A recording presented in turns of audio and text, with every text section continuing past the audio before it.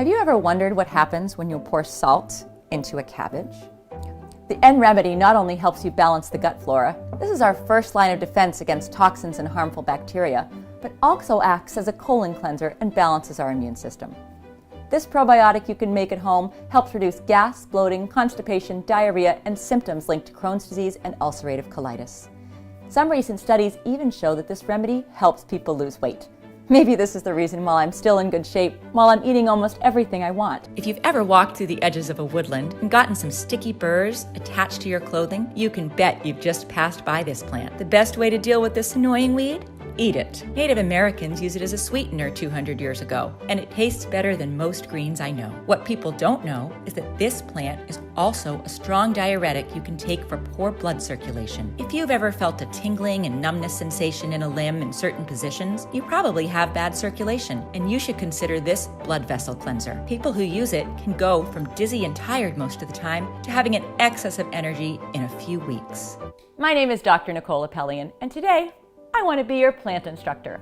As an herbalist and biologist, my mission for the last 20 years has been to track down the organic compounds inside plants that have real healing properties. I want to share with you everything I've discovered about medicinal plants and guide you along the path to healing yourself naturally. Because as pills weaken or even fight the only one that can heal you, your inner doctor, some natural substances found in nature, even some of your backyard plants, are making him stronger. I sorted out only the most powerful medicinal plants, tinctures that really work, strong decoctions, infusions, salves, extracts, syrups, poultices. I edited all my manuscripts with all the plant knowledge I've gathered over the last 20 years and placed them in one book so that you can take advantage of them. It's called The Lost Book of Herbal Remedies, The Power of Plant Medicine.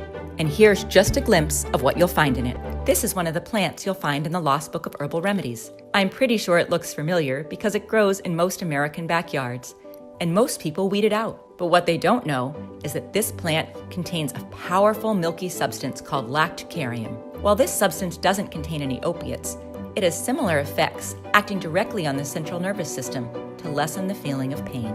Inside the book, you'll find full instructions on how to turn it into a pain-killing extract that you can use daily or whenever you are in need. I'll also show you the common U.S. driveway weed that has become the most expensive and sought-out plant in Venezuela after the pharmacies ran dry. On day 42 of the Alone Show, I accidentally cut my knuckle while gutting a fish. The wound was very deep and most likely would have gotten infected. Luckily, I found yarrow, which, besides its antibiotic properties, quickly stops bleeding by contracting the blood vessels. And, most importantly, I found usnea, the powerful antibiotic you've probably already seen growing on tree trunks. I dressed my wound for 3 days with these, and it healed so well that now you can barely see the scarring. If you ever have to go out foraging, will you know which one of these plants is edible, which one is a remedy for high blood pressure and tension, and which one is poisonous? The Native Americans knew all too well, and probably our grandparents did too. But very few people nowadays could give the correct answer. As a survivalist, I can tell you that this kind of skill will set you apart from your group during dark times, and will probably turn you into their guide, or even their savior. No matter where you live in America, there's a source of water nearby, and when there's water, there are cattails. If you find cattails, you'll have everything you need for survival.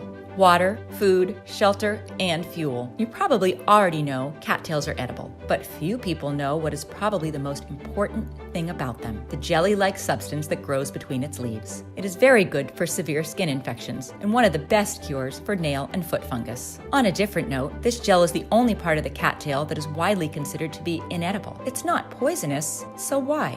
Well, because it has a powerful numbing effect on moist tissues and has been used as a Novocaine substitute in the past. Yes, it's an anesthetic that you can use in many, many situations. When the pioneers were hit with a ravaging toothache, they would just go and get their jar of cattail ooze and rub it around their gums. The pain would subside in minutes. Another thing you'll discover in the Lost Book of Herbal Remedies is the ultimate survival tree that grows on almost every street in the U.S. I call it that because you can use the sap as medicine, its flowers as sleeping pills, its leaves as food, and the inner bark as cordage. You don't need much more than this to stay alive. Most of us are not used to facing medical emergencies.